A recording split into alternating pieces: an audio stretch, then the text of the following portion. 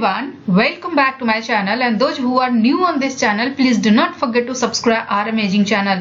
और इस video lecture में हम डिस्कस करेंगे गेट एक्सेल बायोकेमिस्ट्री का previous year question for the chapter glycolysis and citric acid cycle. So first question की अगर बात करें तो ये क्या बोलता है, given below are 4 reactions of the glycolytic pathway catalyzed by the enzymes E1, E2, E3 and E4 as indicated।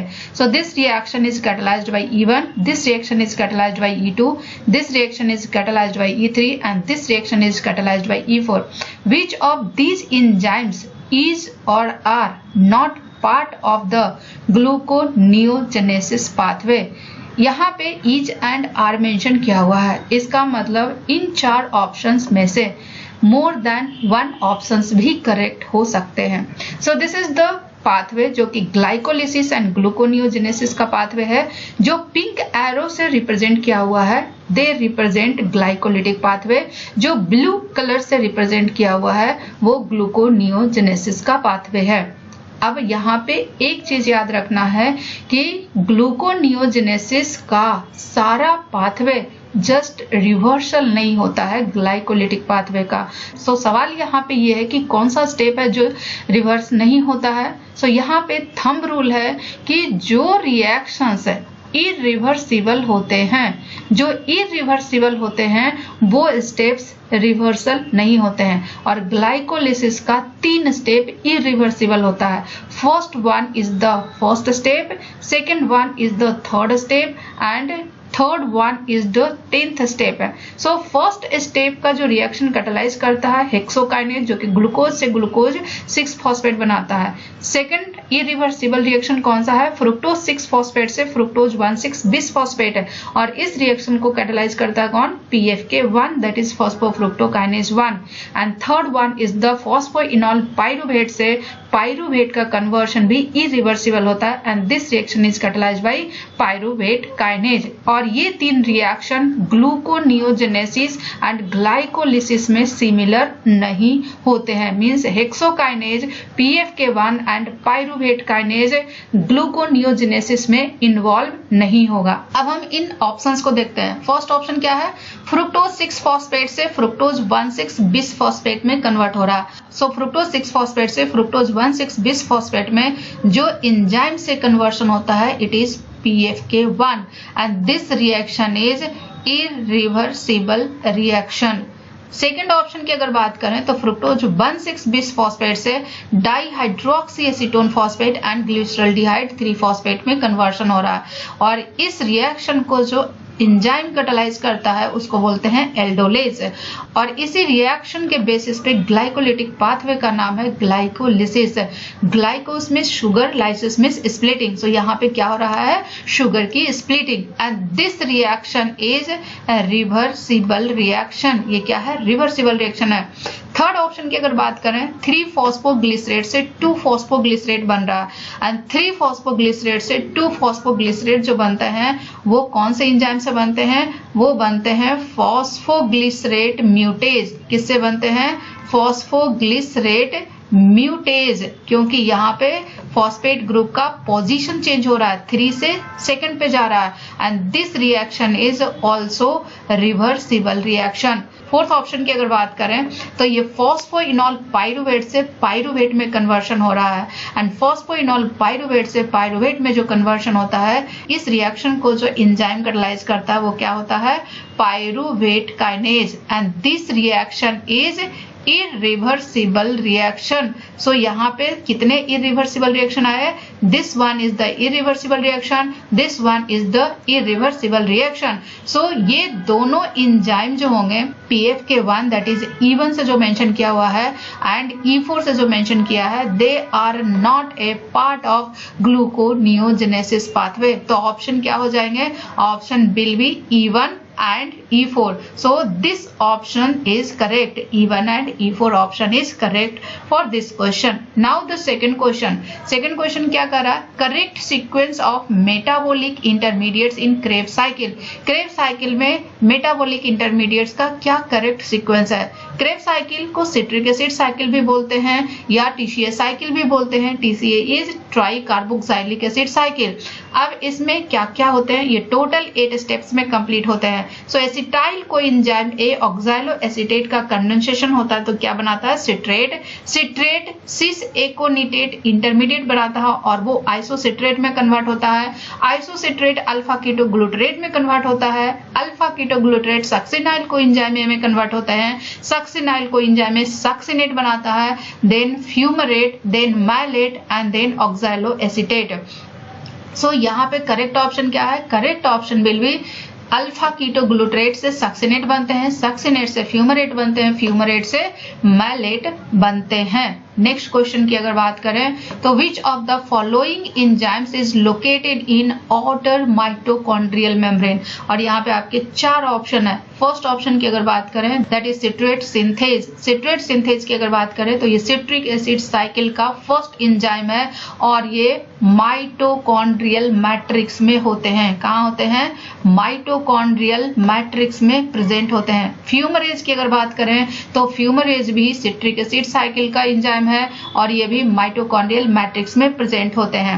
Next आते हैं सक्सिनेट डिहाइड्रोजिनेज। सक्सिनेट डिहाइड्रोजिनेज भी सिट्रिक एसिड साइकिल का एंजाइम है, बट ये सिट्रिक एसिड साइकिल का इकलौता enzyme है जो कि माइटोकॉन्ड्रिया के इनर मेम्ब्रेन में प्रेजेंट होते हैं। कहाँ प्रेजेंट होते हैं, माइटोकॉन्ड्रिया के इनर मेम्ब्रेन में प्रेजेंट होते हैं। माइटोकॉन्ड्रिया के इनर मेम्ब्रेन से ये अटैच होते हैं।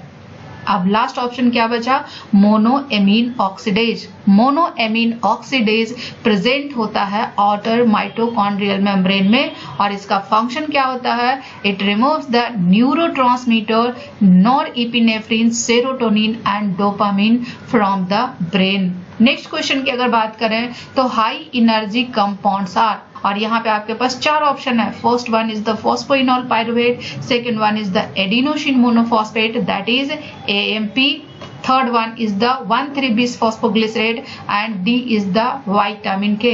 So high energy compound का डेफिनेशन क्या है, हाई एनर्जी कंपाउंड्स की अगर बात करें तो हाई एनर्जी कंपाउंड्स वैसे कंपाउंड होते हैं जिनके बॉन्ड ब्रेक होते हैं, उसमें हाई एनर्जी बॉन्ड होते हैं और वो बॉन्ड ब्रेक होते हैं तो एनर्जी रिलीज होती है और वो एनर्जी यूज होता है ADP को फॉस्फोराइलेट करने में। और जब ADP का फॉस्फोराइलेशन होता है तो वो क्या बनाता है, वो बनाता है ATP। अब इन 4 कंपाउंड में से कौन सा कंपाउंड है जो ATP के फॉर्मेशन में इन्वॉल्व होता है। First one is the phosphoenol pyruvate. Phosphoenol pyruvate से जब पाइरुवेट बनता है तो ये ATP का फॉर्मेशन करता है। Second one is the adenosine monophosphate, और एडिनोसिन मोनोफॉस्फेट की अगर बात करें तो यहाँ पे क्या होते हैं, एडिनिन होते हैं। एडिनिन शुगर से अटैच्ड होते हैं एंड शुगर फॉस्फेट से अटैच होते हैं। एडिनिन एंड शुगर के बीच में क्या बॉन्ड होता है, इन ग्लाइकोसाइल बॉन्ड। शुगर एंड फॉस्फेट के बीच में क्या होते हैं, शुगर एंड फॉस्फेट के बीच में ईस्टर बॉन्ड होते हैं and that is phosphoester bond. And adenosine monophosphate में कोई भी हाई एनर्जी बॉन्ड नहीं है। Third one is the 1,3-bis phosphoglycerate. 1,3-bis phosphoglycerate की अगर बात करें तो 1,3-bis फॉस्फोग्लिसरेट से जब 3 फॉस्फोग्लिसरेट बनता है तो ये ADP का फॉस्फोराइलेशन करता है और ATP बनता है। So this is high energy compound. Vitamin K is not high energy compound. तो यहाँ पे ऑप्शन क्या होगा, option will B A and C। सो यहाँ पे ऑप्शन क्या होंगे, phosphoenol pyruvate and 1,3-bis phosphoglycerate. Next question की अगर बात करें तो which one of the following bonds is not present in ATP? First option क्या है, phosphoester. Second one is the phospho anhydride. Third one is the N glycosidic and fourth one is the alpha glycosidic. ATP का structure, this is the structure of ATP। Adenine ribose के साथ जो bond बनाता है, ADP ribose के साथ जब link होता है तो यहाँ पे जो बॉन्ड बनते हैं उसको बोलते हैं इन ग्लाइकोसिडिक बॉन्ड। क्या बोलते हैं, इन ग्लाइकोसिडिक बॉन्ड, क्योंकि एडिनिन का नाइट्रोजन राइबोज के साथ बॉन्ड बनाता है। राइबोज एंड फॉस्फेट के बीच में जो बॉन्ड है, this bond is ester bond. ये क्या है, ये ईस्टर बॉन्ड है और ये ईस्टर बॉन्ड के साथ फॉस्फोरस अटैच है। So this is phosphoester bond. तो इन ग्लाइकोसिडिक बॉन्ड भी है, फॉस्फोईस्टर बॉन्ड भी है।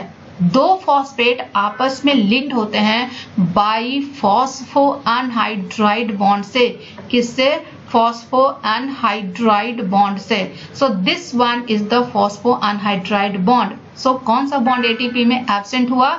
It is alpha glycosidic bond. Next one is the intracellular concentration of ATP, ADP and inorganic phosphate in 4 cell types are given below।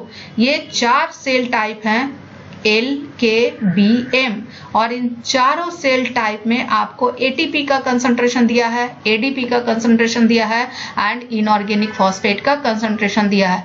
अब इसमें से आपको निकालना है which one of these cell types has the most negative delta G for ATP hydrolysis. So ATP hydrolysis का most negative delta G क्या होगा?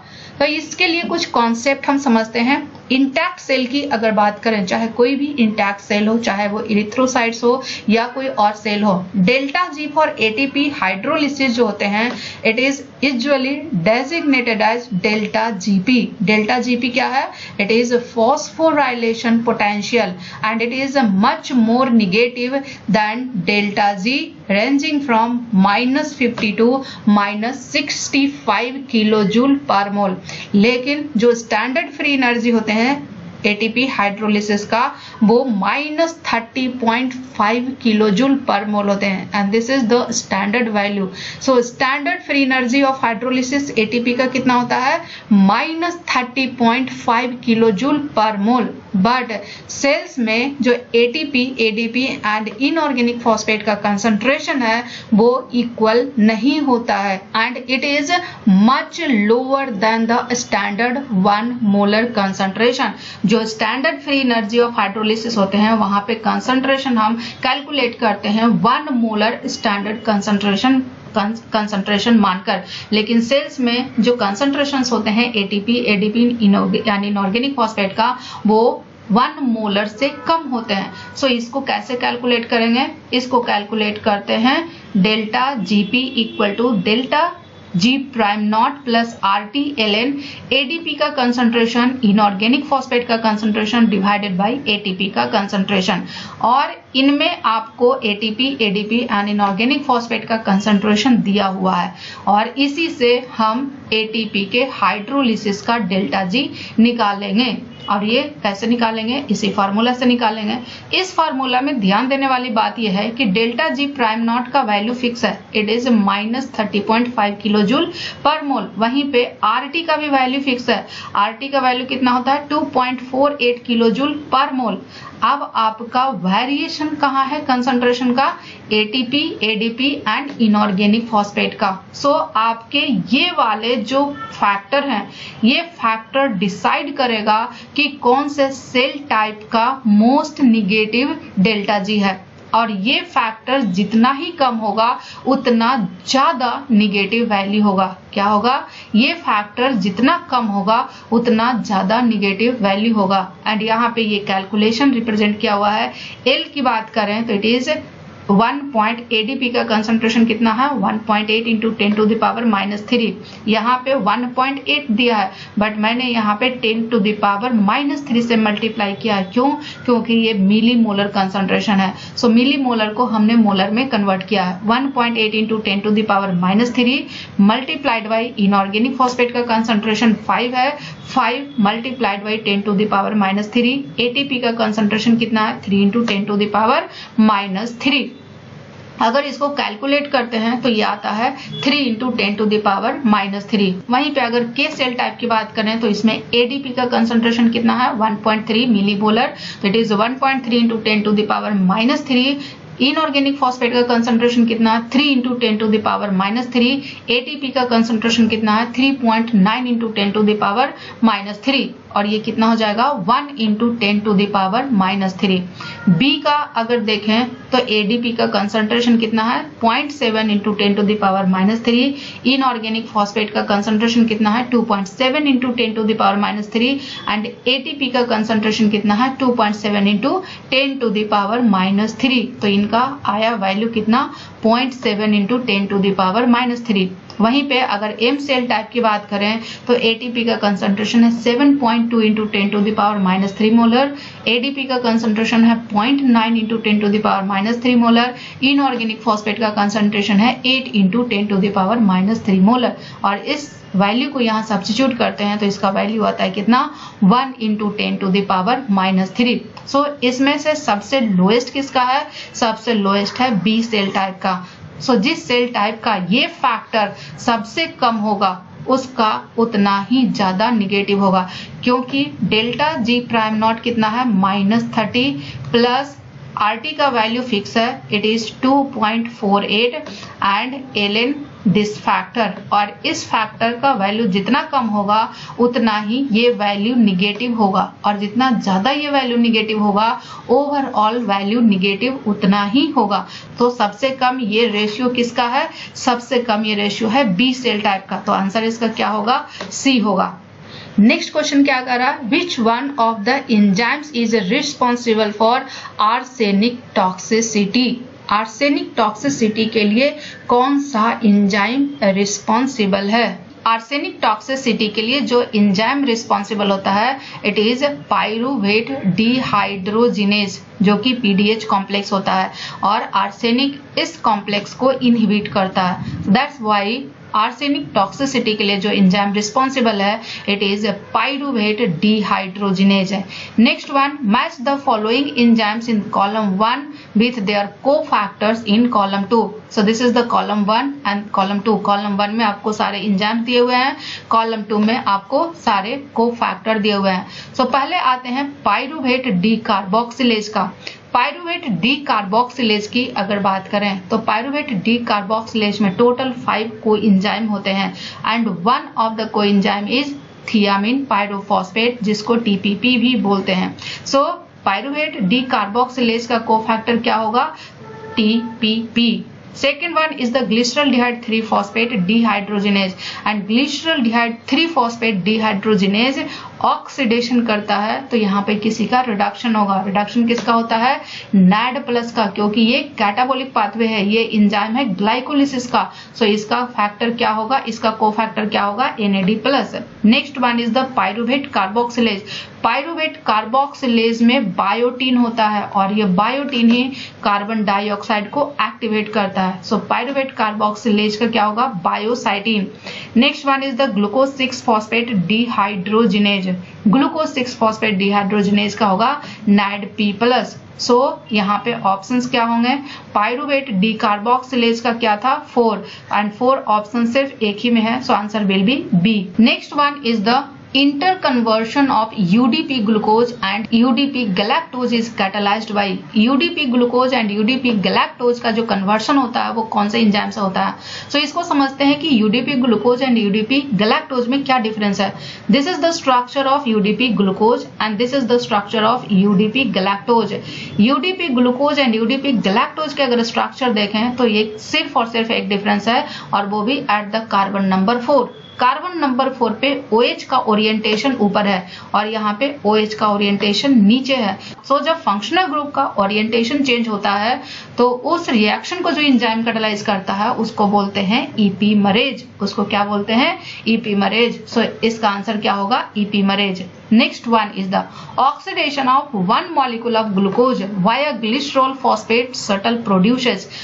Glycerol phosphate shuttle के द्वारा एक मॉलिक्यूल ग्लूकोज का ऑक्सीडेशन होगा तो कितना ATP या कितना NADH का फॉर्मेशन होगा। सो वन मॉलिक्यूल ग्लूकोज का अगर कंप्लीट ऑक्सीडेशन होता है तो टोटल 30 ATP या 32 ATP का फॉर्मेशन होता है। This is the net gain of ATP। 30 ATP कब होते हैं, जब ग्लिसरॉल 3-फॉस्फेट शटल यूज होता है। क्या होता है, जब ग्लिसरॉल 3-फॉस्फेट शटल यूज होता है। वहीं पे 32 ATP की अगर बात करें तो यहाँ पे मैलेट एस्पर्टेट शटल यूज होता है। क्या होता है, मैलेट एस्पर्टेट शटल। सो यहाँ पे आंसर क्या होगा, it is 30 molecules of ATP। Next question की अगर बात करें तो रिबुलोज 5-फॉस्फेट epimerase is involved in which one of the following process. Ribulose 5-फॉस्फेट की अगर बात करें तो ये इन्वॉल्व होता है किसमें, पेंटोज फॉस्फेट पाथवे में। सो this is the general scheme of pentose phosphate pathway. Pentose phosphate pathway को हमने डिटेल लेक्चर में समझा है। ये दो फेज में होते हैं, oxidative phase and non oxidative phase. So ribulose 5 phosphate epimerase क्या करता है, रिबुलोज 5 फॉस्फेट को जाइलुलोज 5 फॉस्फेट में कन्वर्ट करता है। किसमें करता है, रिबुलोज 5 फॉस्फेट को जाइलुलोज 5 फॉस्फेट में कन्वर्ट करता है, and this is the part of pentose phosphate pathway. So answer is pentose phosphate pathway. Next question की अगर बात करें, which one of the following molecules is an allosteric activator of phosphofructokinase 1। Phosphofructokinase 1 is PFK1।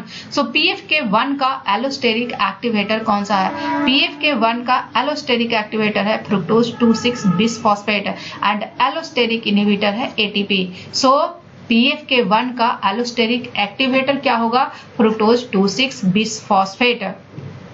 Next question की अगर बात करें तो the terminal electron acceptor during mitochondrial respiration is, और ये बहुत ही इजी क्वेश्चन है एंड बहुत ही कॉन्सेप्चुअल है। सो जो टर्मिनल इलेक्ट्रॉन एक्सेप्टर है, this is mitochondrial electron transport chain. This is the complex 1, 2, 3 and 4। Complex 1 से NADH इलेक्ट्रॉन पास करता है अल्टीमेटली मॉलिक्यूलर ऑक्सीजन तक। कॉम्प्लेक्स 2 के थ्रू सक्सिनेट या FADH2 इलेक्ट्रॉन पास करता है टू मॉलिक्यूलर ऑक्सीजन। चाहे NADH हो या FADH2 हो, इलेक्ट्रॉन अल्टीमेटली कहाँ जाएगा, मॉलिक्यूलर ऑक्सीजन तक। सो टर्मिनल इलेक्ट्रॉन एक्सेप्टर क्या हुआ, मॉलिक्यूलर ऑक्सीजन। नेक्स्ट क्वेश्चन की अगर बात करें, arrange the following in the increasing order of amount of ATP generated by metabolism of one molecule of following compounds. और आपके पास ये 4 ऑप्शंस है। पहला क्या है, anaerobic catabolism of starch which 300 glucose units है। यहाँ पे ग्लूकोज का एनारोबिक ऑक्सीडेशन करना है। 1 ग्लूकोज मॉलिक्यूल का जब एनारोबिक ऑक्सीडेशन होता है, एनएरोबिक ऑक्सीडेशन की अगर बात करें तो 1 ग्लूकोज मॉलिक्यूल का जब एनएरोबिक ऑक्सीडेशन होता है तो नेट गेन ATP कितने होते हैं, 2 ATP। तो यहाँ पे 300 ग्लूकोज यूनिट है, कितने हैं, 300 ग्लूकोज यूनिट है। तो टोटल ATP कितना होगा, टोटल ATP होगा 600 ATP। Next one is the aerobic catabolism of glucose. Aerobic condition में अगर बात करें, एरोबिक कंडीशन की अगर बात करें तो 1 ग्लूकोज मॉलिक्यूल का जब ऑक्सीडेशन होता है तो ये 30 या 32 ATP रिलीज करता है। थर्ड ऑप्शन क्या है, एरोबिक कैटाबोलिज्म ऑफ एसीटेट है।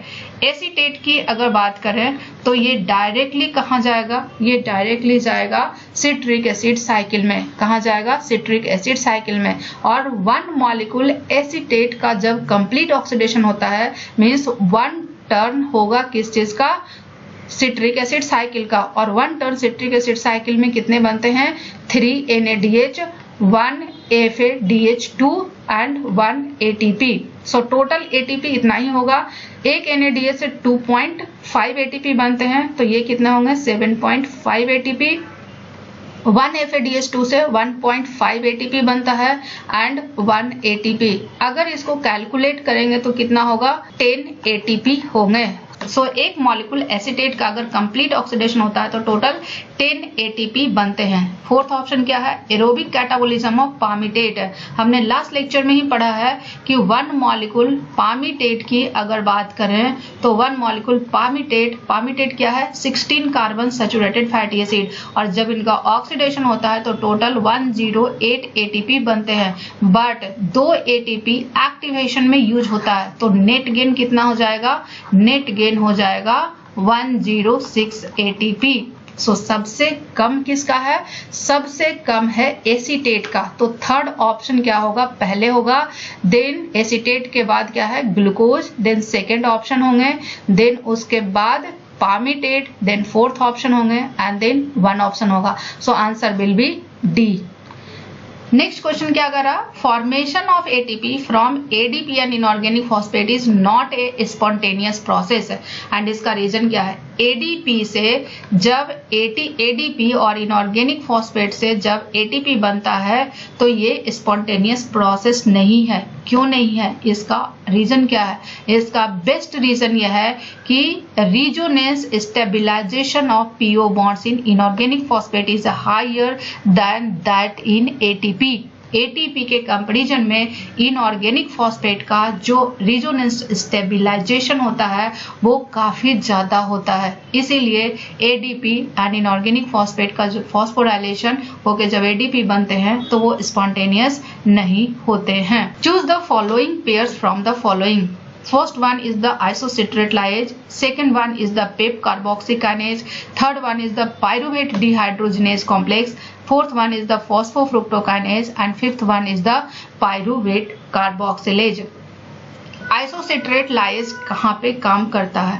आइसोसिट्रेट लाइज की अगर बात करें तो ये काम करता है ग्लाइओक्सिलेट साइकिल में। किस चीज में?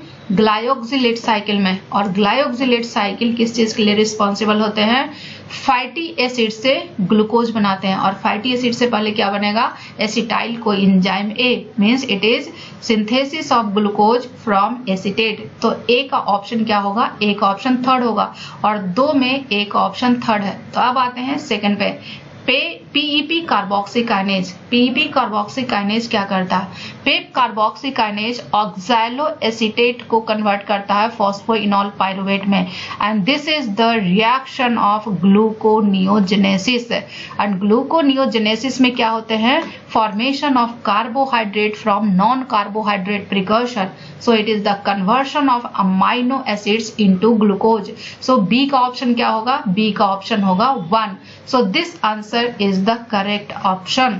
थर्ड में क्या है? Pyruvate dehydrogenase complex. Pyruvate dehydrogenase complex की अगर बात करें तो यहाँ पे दिया है कोफैक्टर, और पाइरुवेट डिहाइड्रोजिनेज में टोटल 5 कोफैक्टर होते हैं जिसमें एक लिपोइक एसिड भी होता है। सो सी का ऑप्शन क्या होगा? 4। नेक्स्ट क्या है? फॉस्फोफ्रुक्टोकाइनेज। फॉस्फोफ्रुक्टोकाइनेज की अगर बात करें तो phosphofructokinase is an allosteric enzyme. Next one is the pyruvate carboxylase. Pyruvate carboxylase basically carboxylation कराता है और इसमें बायोटीन एज ए कोफैक्टर होता है। सो इस क्वेश्चन का करेक्ट आंसर क्या होगा? सी।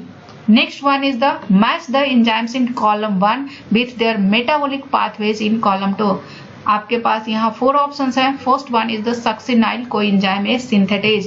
Succinyl coenzyme synthetase citric acid cycle का एंजाइम है, एंड सिट्रिक एसिड साइकिल को ट्राई कार्बोक्सिलिक एसिड साइकिल भी बोलते हैं। सो पी का क्या होगा? पी का होगा 3। पी का क्या होगा? पी का होगा 3। पी का क्या होगा? पी का होगा 3, और पी का 3 दो ऑप्शन है, बी एंड डी। नेक्स्ट चलते हैं एसाइल कोएंजाइम ए डिहाइड्रोजिनेज, और ये जो एंजाइम है ये फैटी एसिड का बीटा ऑक्सीडेशन का एंजाइम है, and this is the first step enzyme है। So it is involved in beta oxidation. So Q का ऑप्शन क्या होगा? क्यू का ऑप्शन होगा 1। So this is the Q का 1। Next one is the transketolase. Transketolase and transaldolase ये pentose phosphate pathway में involve होते हैं। सो आर का ऑप्शन क्या होगा? आर का ऑप्शन 4 है, बट इसमें आर का 2 है, इसमें आर का 4 है, एंड क्यू का 1 है। Next one is the ribulose 1,5 bisphosphate carboxylase. Ribulose 1,5 bisphosphate carboxylase is RuBisCO, और रुबिस्को वेल नोन है कि कैल्विन साइकिल में इन्वॉल्व होता है। सो इसका 2 आंसर होगा। सो इस क्वेश्चन का करेक्ट आंसर क्या होगा? करेक्ट आंसर डी होगा। नेक्स्ट वन की अगर बात करें तो glycolysis and gluconeogenesis are reciprocally coordinated. Which of the following will activate pyruvate carboxylase in gluconeogenesis? Pyruvate carboxylase is the first regulatory enzyme in gluconeogenic pathway and requiring acetyl coenzyme A as a positive effector। ये Leringer biochemistry की line है। So it is the acetyl